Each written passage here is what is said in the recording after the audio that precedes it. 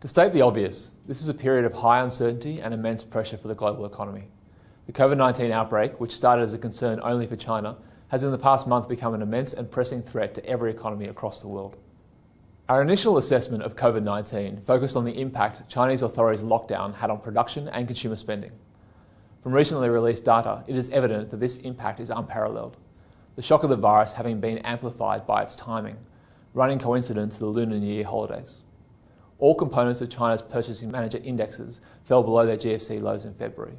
Consumption for discretionary goods, particularly cars, as well as services collapsed, and investment activities were shut down for an extended period while the outbreak was brought under control. We now expect that year average China GDP growth will be particularly weak in 2020 at around 4%. However, policy easing and stimulus efforts will see growth bounce back strongly to the end of the year, when annual growth will return to around 5.5%.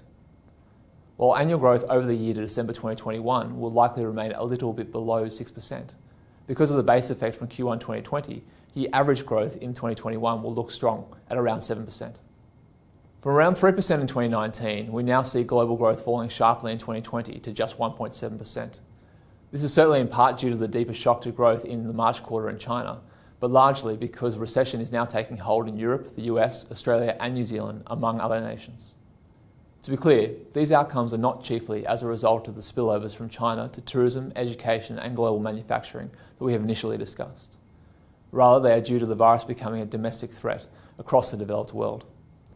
Case numbers in jurisdictions across Europe, the US and the Antipodes are rising rapidly, forcing authorities to respond with strict controls for sectors such as travel and leisure, as we are experiencing in Australia and New Zealand, all the way through to complete national lockdowns, as is the case in Italy.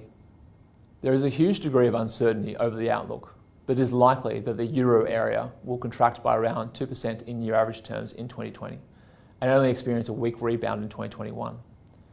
The contraction forecast for the US is not as severe at around 0.5%, primarily because their economy is entering this crisis from a strong position.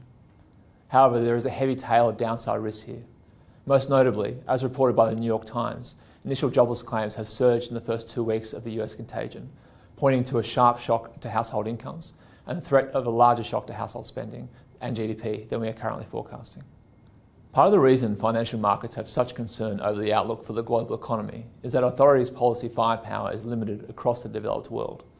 The past fortnight has seen central banks such as the FOMC, ECB, the Bank of England and the RBA effectively take their policy rates to zero, as well as commence liquidity provision and quantitative easing to preserve credit availability and bring down longer-term interest rates.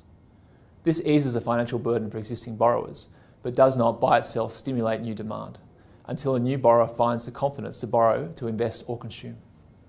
Given the current state of confidence, this will take a considerable amount of time.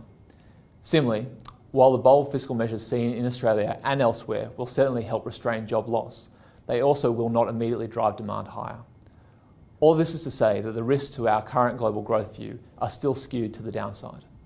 To see a stabilisation in conditions and a return to moderate growth in 2021 as we expect, there is a need for further coordinated policy intervention. We'll see you next week.